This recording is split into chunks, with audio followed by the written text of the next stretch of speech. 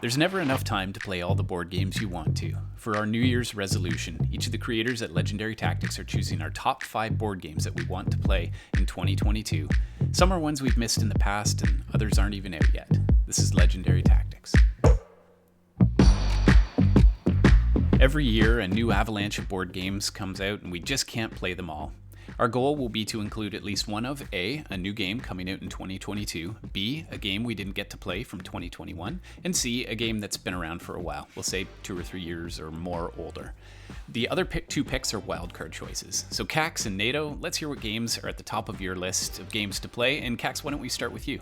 So coming in at number 5 for me is Distilled. Paverson Games is putting this one out. It's a thematic strategy card game about the science and business of crafting alcohol in a distillery. Resource management, tableau building, and a push your luck game. About 30 minutes a person playing, and it's a 1 to 5, so you've got the solo option there as well. Lastly, I really like that they have included on a simulator for it on tabletop and their dedicated Discord server. Nato, what's your number 5?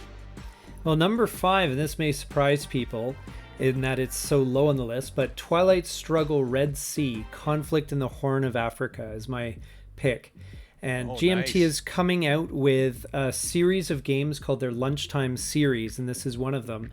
The idea is you can play a game of Twilight Struggle in about half an hour in the base game, and it covers a conflict that happened basically back in 1974 in Ethiopia or thereabouts.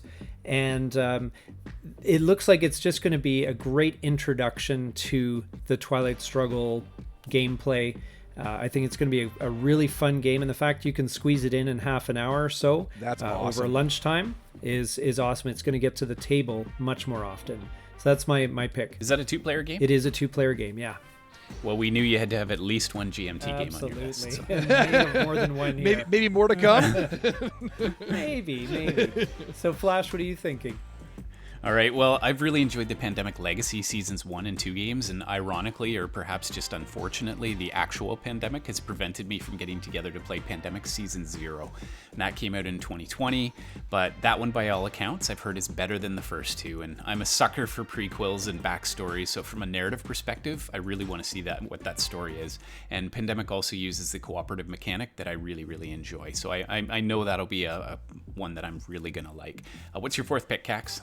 Okay, so this is the one I missed. This coming in from 2012 was War of the Ring, 2nd edition. And it's a 2 to 4 player. If you're a miniature gamer, then you will be loving this game, I believe, because there's 200 miniatures in it.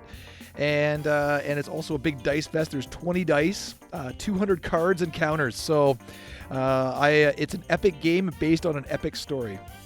Nato, you're up for number 4. All right, well, I'm going to be a bit trendy here.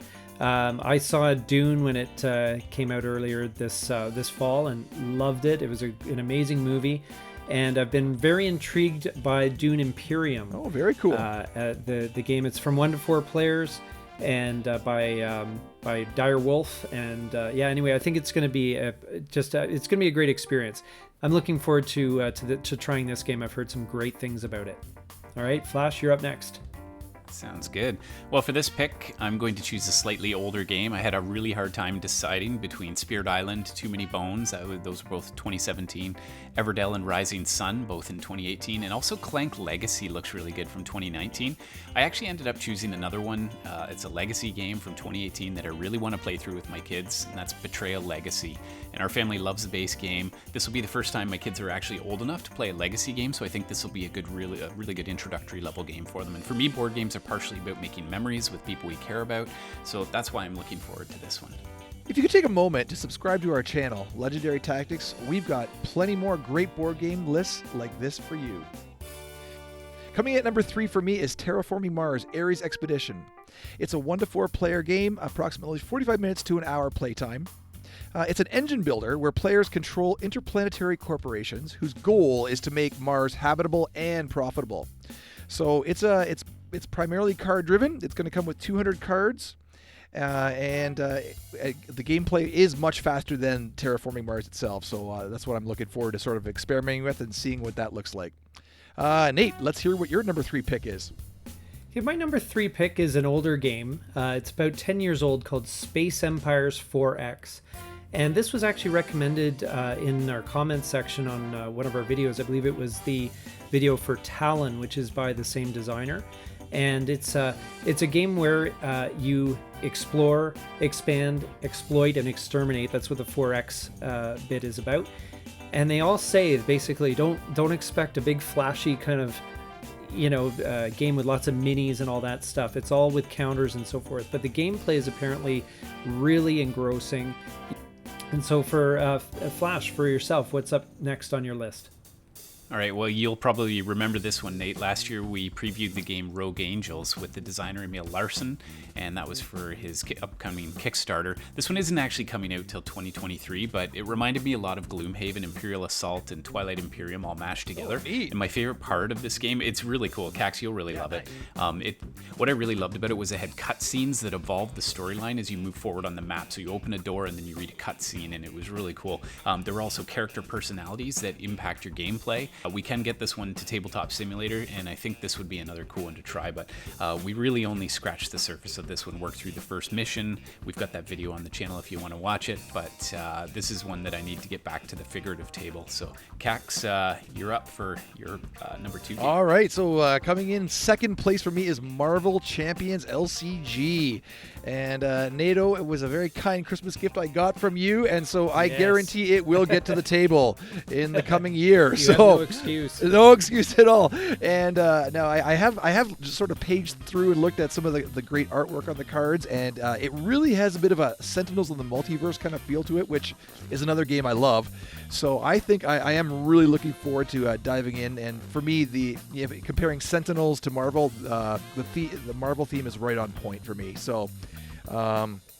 And the comic book feel, I just love immersing myself in that, the storyline. And, I mean, who wouldn't want to see, Spidey and Captain Marvel going up against Ultron or the Rhino? Totally awesome. So, Nato, what's your next pick?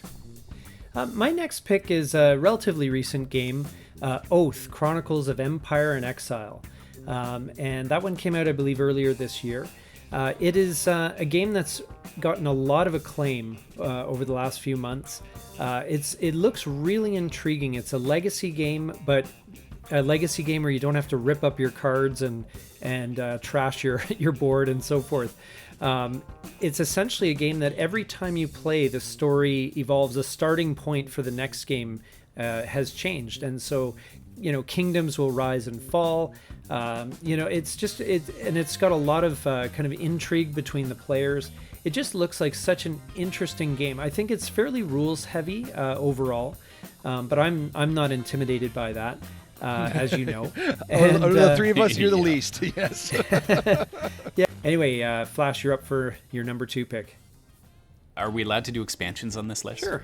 It's our list. Oh, I don't know, Nate. You're a bit of a purist. Are you sure, Perfect. Nate? Oh, I don't know. Okay, we'll let him through. All right. Oh, thank goodness. I was a little worried. But I'm going to go for Root, the Marauder expansion. So that's also Cole Worley. And Root, I just love that game. And it's one of those games that I never get tired of. All of the expansions to the game have only made it better and more replayable. And this expansion introduces the Lord of the Hundreds, and his goal is to light fires and burn others' buildings down. We've got the Keepers in Iron, and they've arrived to the woodland to collect lost relics. And then the third new addition are the Hirelings, who are like mini factions. And the game also this expansion adds a draft system, and I always love a good draft. So Cax, let's move to you for your last pick. Well, for my last pick, it would come as no surprise. This is a game that people have been chomping at the bit to see, and it is Frosthaven. So it's the sequel, of course, to the epic dungeon crawler Gloomhaven. We've got new maps, new characters, new storyline, and I'm very much intrigued to see if it can follow up and match the success of the original. My hopes are pretty high for this game, mostly because of the amount of respect that I've got for Childress and what he put into Gloomhaven.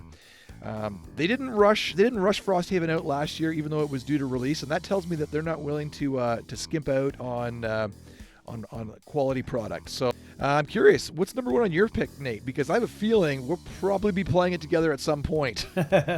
Well, we'll have to see, but I'm intrigued to try this one.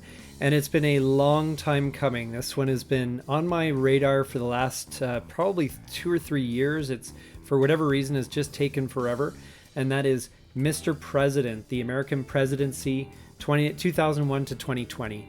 And this game is a bit unique in that there's a lot of games out there which are election type games where you are running for president. This one is begins right after you've won the election, and so you neat. have to Okay.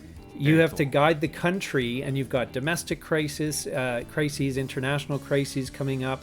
You've got to deal with floods, hurricanes, terrorists, whatever. I don't know, just everything that a president has to deal with, and try and get your domestic agenda done. And I mean, it may sound a bit dry, but I just find it just seems like such an intriguing system.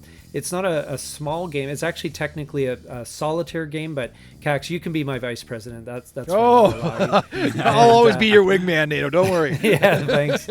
Oh, And for the final game that you want to play next year, what are you choosing, Flash? Well, hey, just before that, I was picturing that you could play an entire day where you start with the making of a president, where you become president, and then you slide in Mr. President. Just Have a good go. Yeah, with it. roll right start with through. 1960 and roll right Yeah. through. Exactly. Work your way, way up there. Maybe slip the game Watergate in there. Oh, yes, for yeah, the there you scandal go. that will inevitably take down my That's right. administration. That's right. Exactly. So, well, the game I miss playing in 2021, it reminds me quite a bit of my favorite game, which is Kemet. And so the game I would like to play that I missed is Ankh, Gods of Egypt. For me, the components look great for this. There's a cool catch-up mechanic, and it looks like a nice streamlined game with a limited set of rules and actions, which always appeals to me. Games like that I find are both accessible and complex. And I like the first game in this trilogy, Blood Rage, and I'm also a fan of area control games. What game do you most want to play in 2022? Please leave a comment below. Which of our lists did you like the best? And is there a game that you haven't played yet that you wanted to play for a while? Let us know below, and thanks so much for your time.